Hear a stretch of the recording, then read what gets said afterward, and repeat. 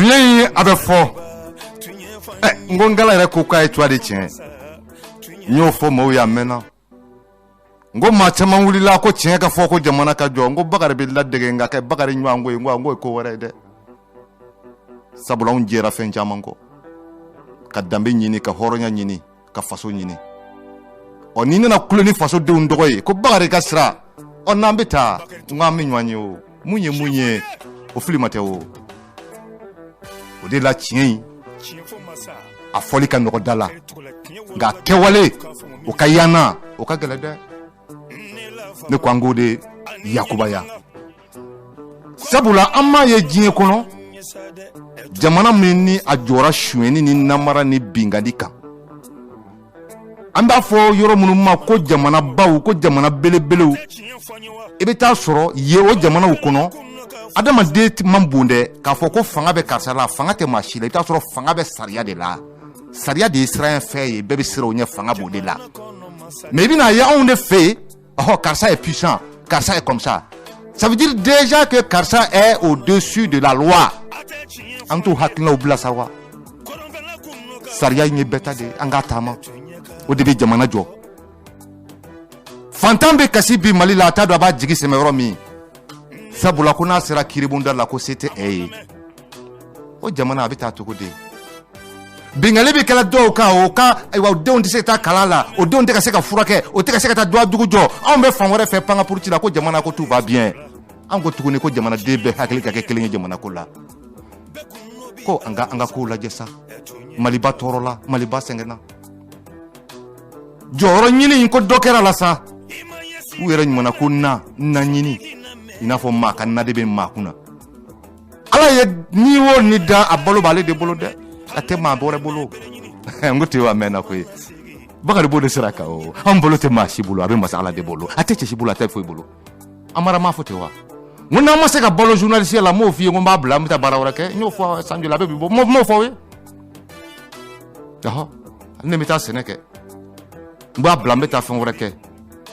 ni n tɛ se ka balo n ka journalistiya wari la alhamdulilayi ne bɛ balo ta la a tɔ o ye ko wɛrɛ de Amara an ka danbe ɲini an ka hɔrɔnya ɲini an ka faso ɲini ten Maliba in ko dɔ kɛra ni ne Bakary don ka ye bi ka foli ani tanu ni kɛ maaw ye k'aw bisimila radio Kledu ale soba sanfɛ Ablaye n b'a walawala tun ka walawala fasodenw k'a faamu o ma d'u ye o tɛ fɛ mɔgɔw k'a faamu nka mɔgɔw b'a faamu yɔrɔ an kɔni an bɛ caman fɔ nka principal ye jumɛn ye bi Amara Kone ko ne bɛna kuma dɔ de bila bi maliyɛn bɛɛ kelen kelen bɛ se k'i miiri kuma mun kan ka débat dɔ de soulever bi a bɛ se ka maliyɛn caman bɔ fili la maa minnu hakili la ko terrorisiw ka bɛ baara mun na k'u bɛ silamɛya ko de la maa minnu hakili la ko silamɛya ko kɛlɛ don n'o an bɛ k'o fɔ o tigiw ye ko u tɛ dɔwɛrɛ la dɔrɔgu réseau don maafa réseau don trafic réseau baw don n'u tɛ ka se k'a faamu Amara an bɛna yɔrɔ dɔ de labɔ bi mɔgɔw ka se ka nɔgɔ bɔ o ko la sɔsɔli tɛ mun na Amara o ye jumɛn ye n bɛ taa Afganistan bi Afganistan bɛɛ b'a kalama bi k'a fɔ ko talibanw de ye fanga ta Afganistan n ko di dunanw taara ka fanga t'u bolo talibanw nakan kɛra mun ye u bɛna sariya de appliquer u ko état islamique don k'u bɛna diinɛ ka sariya de baara kɛ u m'o de fɔ wa fanga ma sigi n'o de ye wa diɲɛ bɛɛ t'a dɔn bi k'a fɔ ko Afganistan kɛra état islamique ye wa k'a siga bɛ maa minnu na ko maa fala minnu b'an fɛ yan k'u tɛ diinɛ ko la ko ne ko k'u k'a fɔ ne Bakary Togola ye sa ko wa munna bi na état islamique bɛ ka attentat kɛ talibanw na bi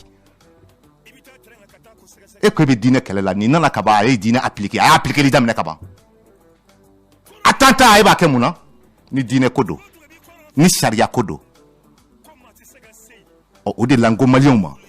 an bɛ misaliyaw ta yɔrɔ caman maaw ka se ka faamuyali sɔrɔ ko in na sabula anw ye ko ninnu taabolo ɲɛɲini kosɛbɛ k'a faamu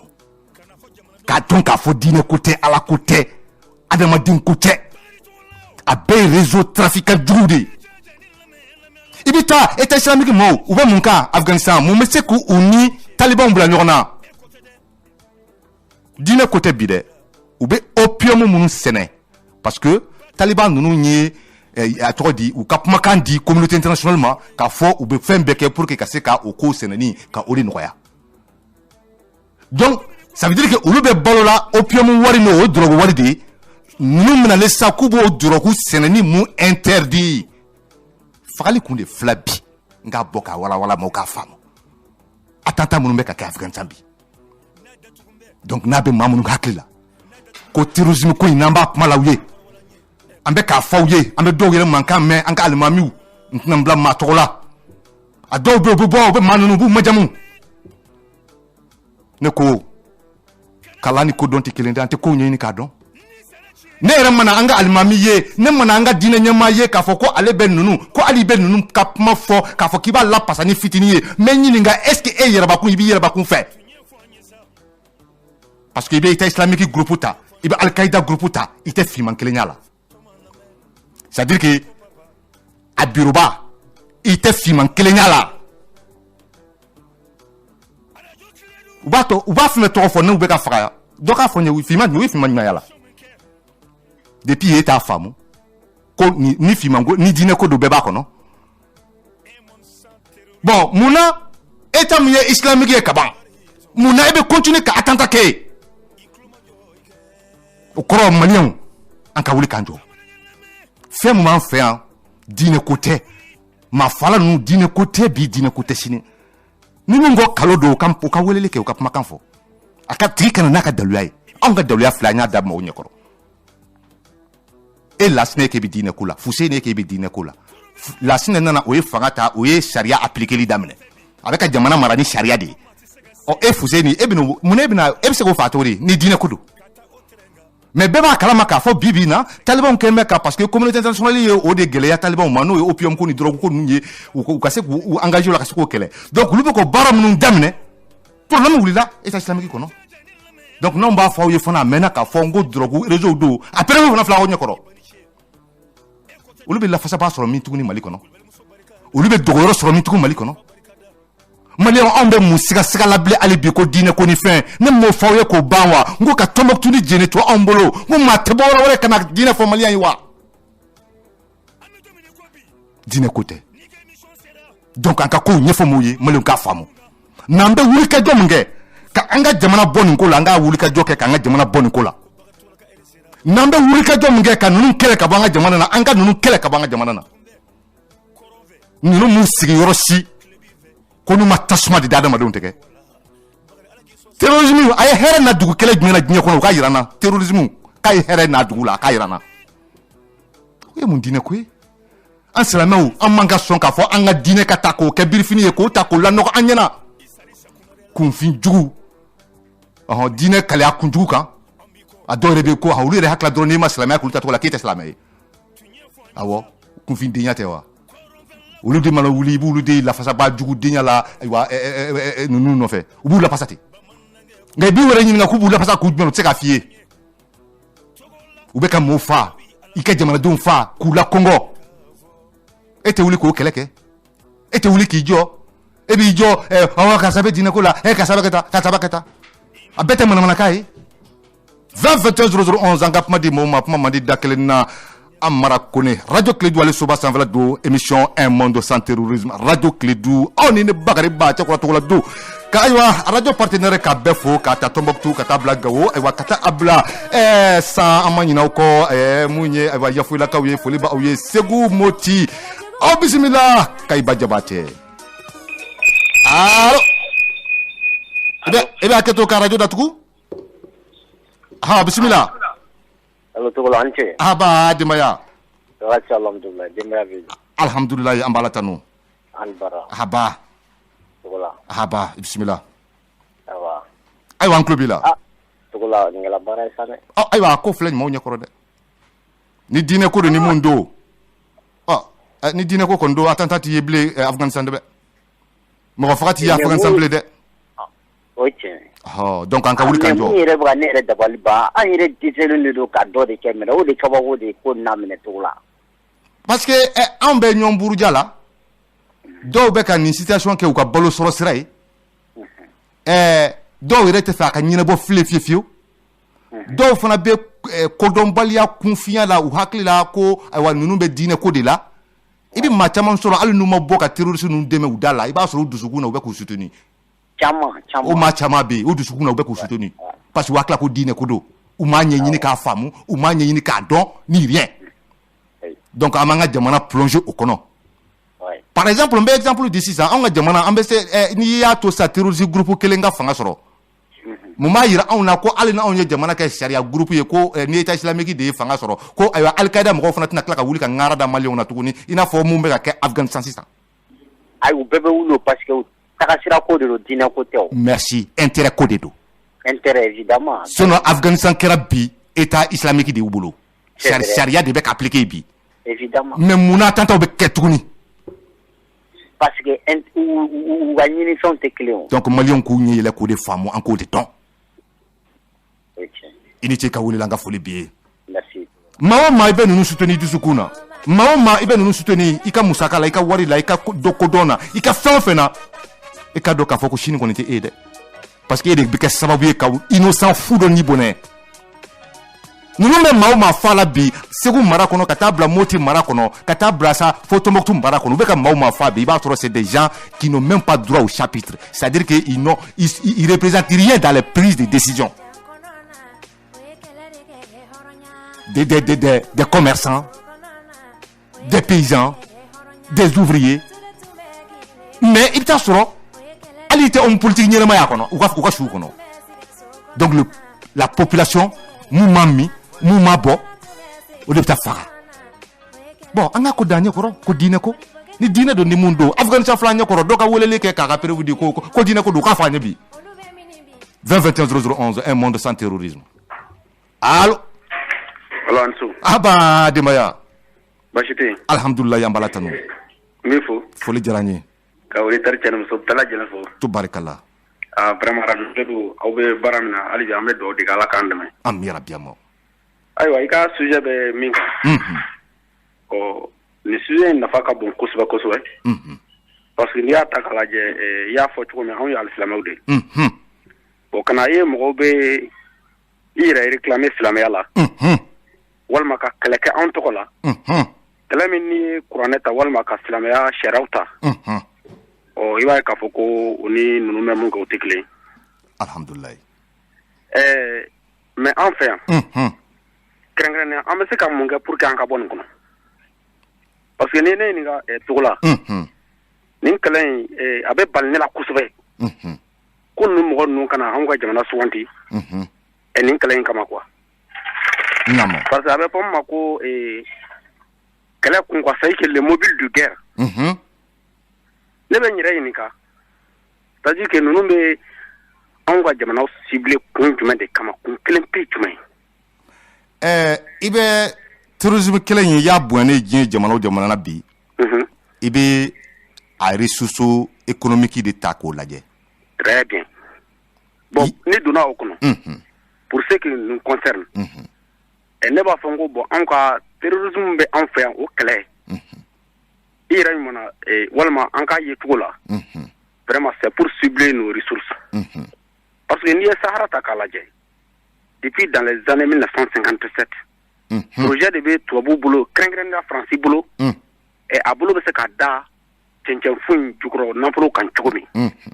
parce que a bɛ an caman ɲɛna k'a fɔ ko cɛncɛn gansan de don foyi t'a jukɔrɔ alors que i tɛ miiri diɲɛ nafolo mafɛn fosi la cɛ ko de tɛ cɛɲɛmugu in jukɔrɔ maintenant a kɛra waati la waati min ni o y'a sɔrɔ vraiment anw ka jamanaw de fɛn caman bɛ yen surtout sur le plan sécuritaire cɛ o de tɛ sen kan anw ta bonɛ fanba de kɛra o ye. Ka fara i ko an ta kun fana yɔrɔ mun ye n ka dɔ fana f'i ye ka fara o kan anw ye passoire de y'u bolo quoi. C'est-à-dire que u bɛ fɛ k'anw ka yɔrɔw de kɛ tɛmɛsira ye drogue ni marifa ninnu tɛmɛsira ye ka Europe sɔrɔ. Voilà. Donc aujourd'hui i b'a ye k'a fɔ Mali frontière ka sécuriser bi o b'u u ka drogue trafic empêcher. Oui. C'est pourquoi i b'a ye k'a fɔ u ka attaque ninnu i b'a sɔrɔ a zone bɛɛ ciblelen don. E m'a ye k'a fɔ yɔrɔ dɔ bɛ yen an bɛ ka yɔrɔ min wele bɛɛ b'a wele ko les trois frontières Mali Niger Burkina bɛɛ bɛ taa ɲɔgɔn sɔrɔ yɔrɔ min na. C'est vrai. A fagali n'a ko caya mais pourquoi? parce que zone de do o de bi tɛmɛ drogue bɛ tɛmɛ yen de fɛ ka taa mɛna ka zone fɛ. C'est très clair. Donc an ka force de l'ordre ka kɛ o zone na o b'u ka trafic de empêcher o de kun ye attaque kun ye o zone problème y'o ye. C'est vrai, c'est vrai. Donc on ye tɛmɛ sira de fana y'u bolo ka se ni u ka drogue trafiquer librement mo hakili bɛ air cocaïne na voilà o ye prévu y'an bolo k'a fɔ an ka yɔrɔ ye passoire de. Ok, donc il y a fɔ cogo min na sɛgɛ si t'a la sensibilisation de kan ka kɛ quoi. Kosɛbɛ. An bɛ alisilamɛya diinɛ de la silamɛya diinɛ kɔnɔ ninnu bɛ ka baara minnu kɛ a ka fɔ diɲɛ bɛɛ walima silamɛ bɛɛ ka o faamu k'a fɔ o tɛ silamɛya taabolo fɛn. Bien. Fo de ka faamu fɔlɔ. Kosɛbɛ kosɛbɛ. Parce que i y'a fɔ cogo min na mɔgɔ caman bɛ yen o bɛ ninnu ye c'est à dire que hali ni o y'a sɔrɔ u t'u dɛmɛ u ka baara kɔrɔ walima fɛn mais i bɛ taa sɔrɔ u ŋaniya la cɛw u bɛ to filan na u bolo ko ninnu bɛ sira jɛlen dɔ de kan. Kuma bɛ yen de. Kana bɛn ni ko ye ko mun bɛ yen ni o ye mauvaise gouvernance fana ye pratiquement plus de 90% subissent de la mauvaise gouvernance. N'i m'a sɔrɔ kiri sira fɛ i b'a sɔrɔ c'est que dans la gestion même du pays socialement i b'a sɔrɔ o fɛ. Bon maintenant mɔgɔ caman bin ka di u ka jan kɔnɔ ka sababuya kɛ nin ko ninnu de ye. Sinon n'i ye silamɛya diinɛ ta an fɛ yan anw bɛ kɔfɛ kojugu parce que diinɛ yɛrɛ faamu ka cɛ o ye ko wɛrɛ ye mais an bɛ min fɔ dɔrɔn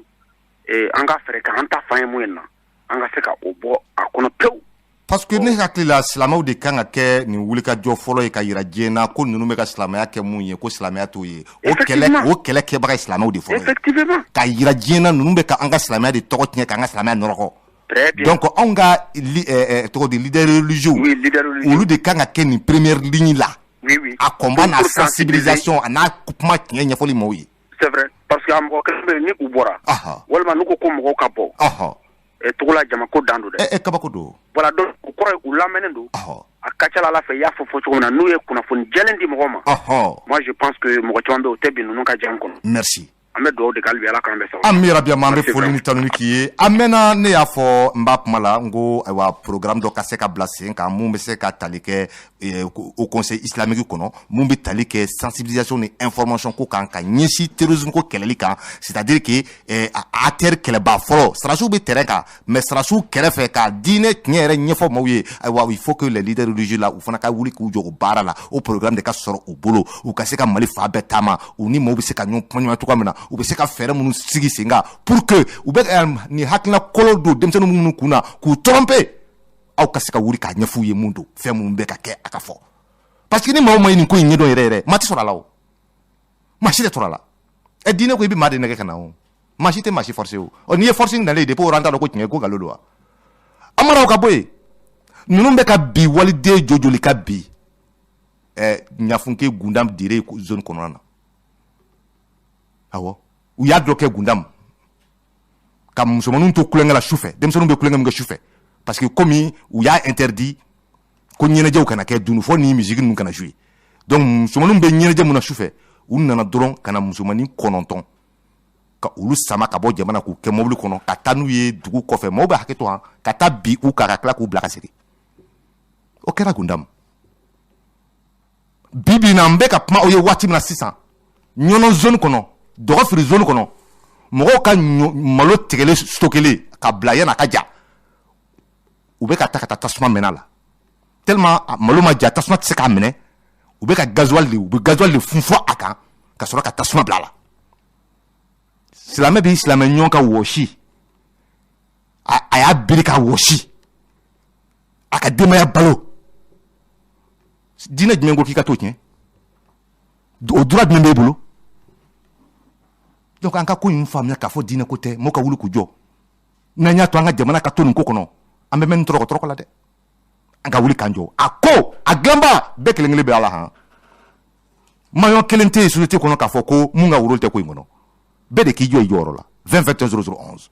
allo bisimila ne yɛrɛ denkɛ salamu aleykum fura ma taa su in na n ko di fura taara i Tarawele ok n b'i fo foli diyara n ye ka Idara fo ɲani ka don kɛnɛ kɔnɔ ne kɔrɔkɛ ba n'Ala sɔnna parce que ale ye nin kɛlɛ kɛ depuis ko in daminɛ n kɔrɔkɛ ye caman k'a la nka hali bi an jigi b'a kan a ka wuli k'i jɔ hali bi wallahi caman k'a la n b'a kalama nka hali bi an b'a ɲin'a fɛ a ka wuli k'i jɔ ka k'a cɛsiri ko kura kosɛbɛ bisimila Togola ne ma se ka min faamuya ne t'a dɔn mɔgɔ min b'i to i yɛrɛ ma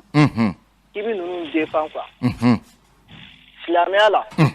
a ti bɛn i ka taa jihadi kɛ dugu si la ka misiri to yen a banna mais misiri bɛ yen e bɛ tila ka taa mɔgɔ sɔrɔ misiri kɔnɔ k'u minɛ ka t'u faga silamɛya jumɛn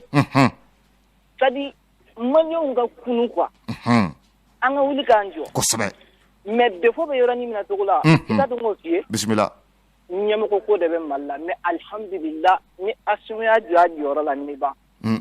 parce que ɲɛmɔgɔ minnu tun bɛ yen olu tɛ se ka tiɲɛ fɔ Faransi ye n'a y'i ɲɛsin baara ma ka bɔ propagande la i n'a fɔ ɲɛ b'a ka mɔɔw la forage inauguré ni fɛn mun na ka fɔ a ye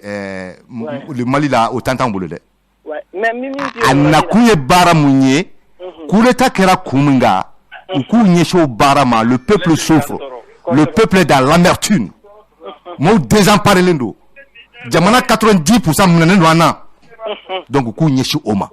voilà et ni min fɔ bɛɛ ka dugawu kɛ Assimi Ala kana a charger i ye min fɔ fana a k'a ɲɛsin o ma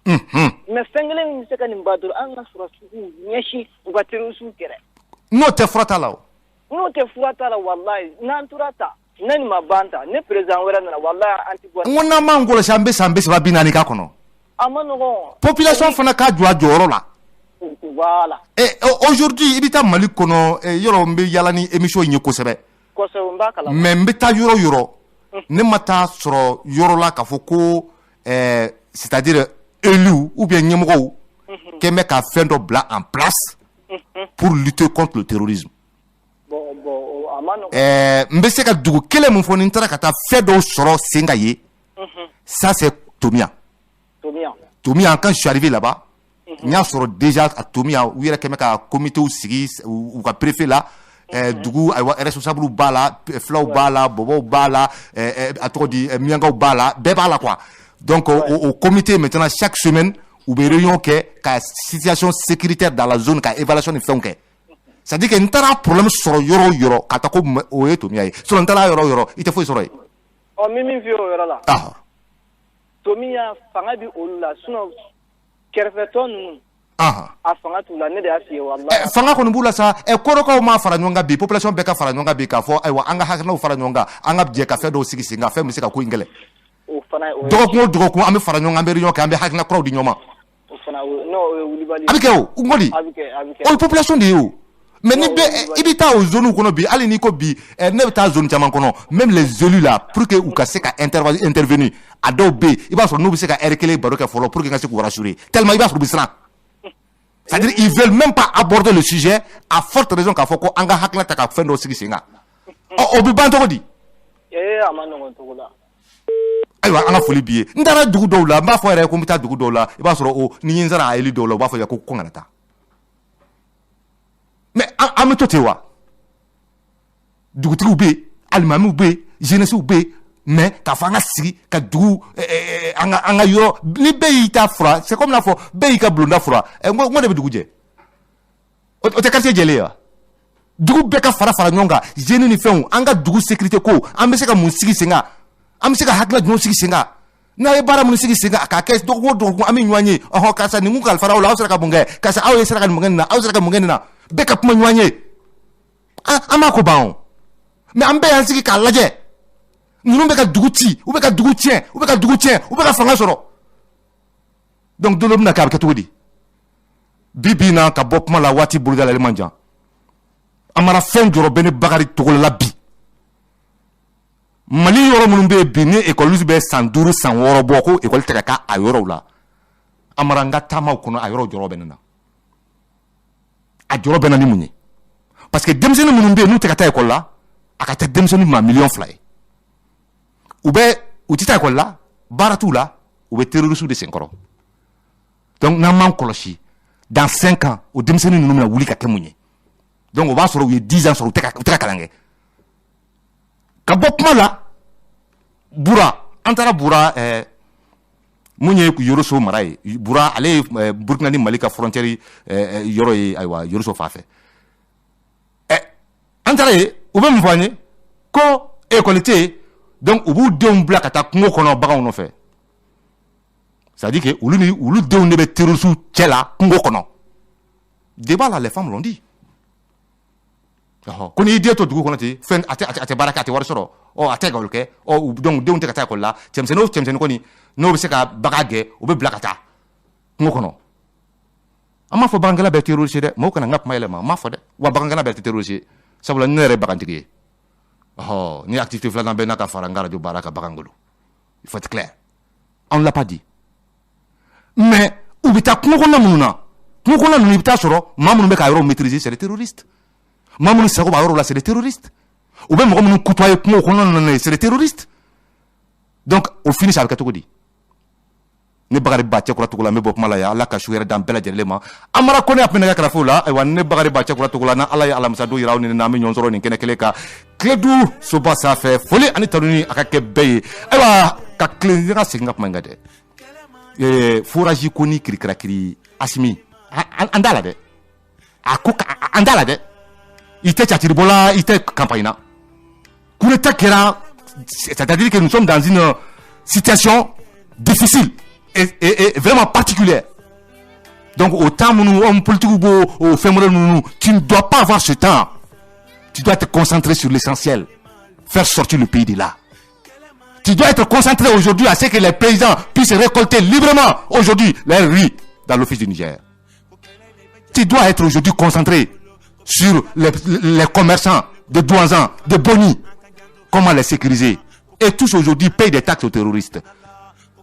C'est voilà l'objectif. Aujourd'hui, les enseignants maliens dans le cercle de Niafunke, pour que les enseignants circulent, il faut qu'ils aient un laissez-passer livré par des terroristes. Voilà encore des priorités aujourd'hui qu'on doit mettre fin à. Donc on n'a pas ce temps d'expliquer que allez, le gretel fourrage. L'essentiel, c'est ça, une transition. Ne Bakary bo malaya ala ka shukure herdan bela derema total lamina alina kamago be labena akambe alamsado.